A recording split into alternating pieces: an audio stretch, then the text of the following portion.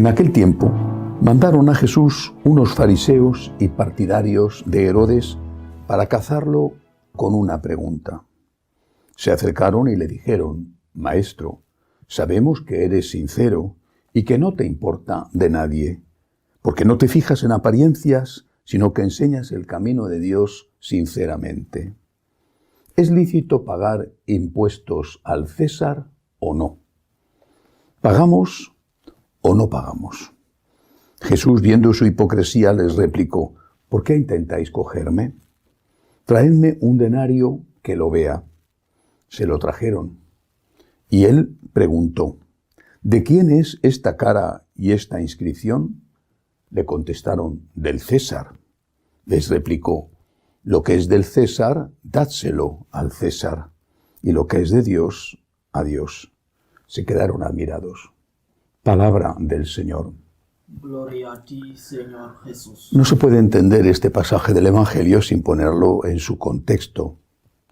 Israel era una pequeñísima parte del Imperio Romano.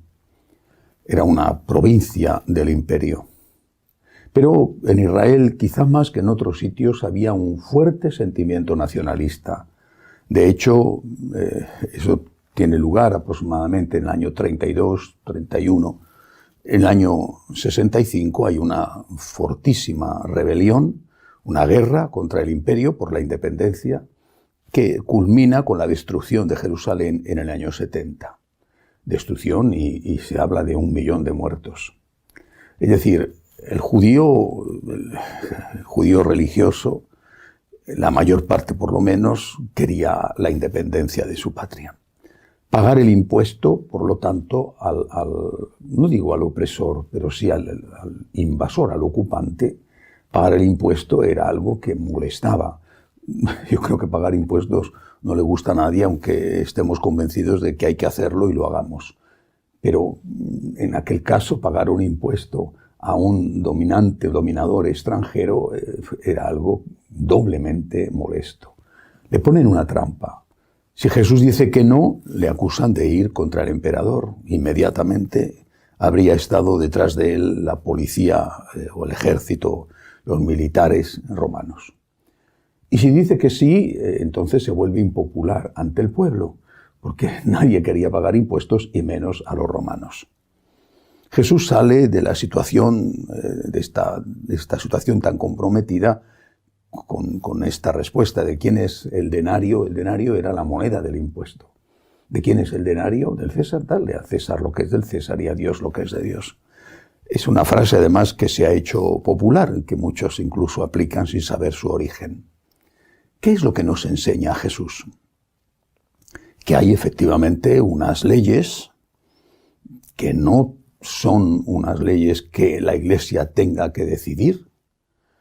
La Iglesia o la religión no tiene por qué convertirse en la que dictamine qué hay que hacer cuando un semáforo se pone rojo o verde, o qué multa hay que poner si uno se salta un stop, por ejemplo. La religión tiene unas normas morales que afectan a todos los ámbitos de la vida, pero hay muchas cosas que tienen que ser aplicadas en la práctica por las autoridades civiles. Eso es el pago al César. Pero el pago a Dios significa que hay cosas que la ley civil no puede olvidar. No puede de ningún modo olvidarse de que sus leyes no pueden ir contra la naturaleza. Lo dijo San Juan Pablo II, que había padecido en carne propia las consecuencias del nazismo y del comunismo. Lo dijo el Papa Benedicto XVI en un famoso discurso en el Parlamento alemán en Berlín. En ese Parlamento donde se aprobaron con mayoría las leyes contra los judíos que provocaron millones de muertos. El hecho de que una ley sea aprobada por una mayoría no la hace buena. La mayoría puede estar equivocada y puede estar aprobando leyes que son inhumanas. Por eso la Iglesia siempre ha hablado de la ley natural. La ley natural sería aquella que Dios ha escrito en el corazón del hombre, de todo hombre, y que ningún gobierno, por legítima mayoría que tenga, puede violar, puede ir contra ella, puede legislar contra ella, porque si lo hace, no es que esté yendo contra un sentimiento religioso concreto, sino que está yendo contra algo que está en la naturaleza humana. Hay muchos ejemplos hoy en día, por desgracia, de leyes aprobadas democráticamente que van contra esa naturaleza humana. La naturaleza humana, no ya un precepto religioso concreto, la naturaleza humana nos dice que no se puede matar a un inocente. ¿Por qué vas a matar a un inocente? Y sin embargo, las leyes que aprueban muchos países, hoy ya muchísimos, permiten la muerte de los niños no nacidos.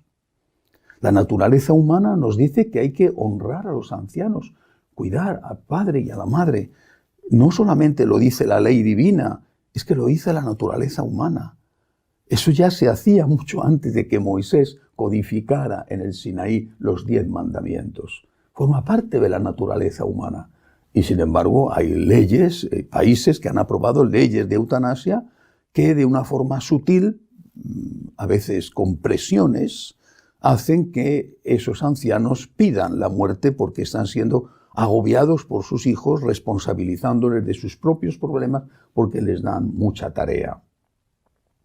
Tenemos que tener mucho cuidado. No podemos pedir al gobierno que apoye o que obligue a cumplir los preceptos específicamente religiosos. Por ejemplo, no se puede pedir a un gobierno que obligue a la gente a ir a misa el domingo, o que obligue a la gente a hacer ayuno el miércoles de ceniza, o que obligue a la gente a que en el Viernes Santo no se trabaje y que nadie pueda escuchar la radio. No se puede pedir eso a un gobierno, pero sí hay que pedir a un gobierno que respete la ley natural. Es en esa ley natural, que no es una ley religiosa, ni cristiana, ni budista, ni musulmana, es esa ley natural escrita en el corazón del hombre, donde todos tenemos que ponernos de acuerdo.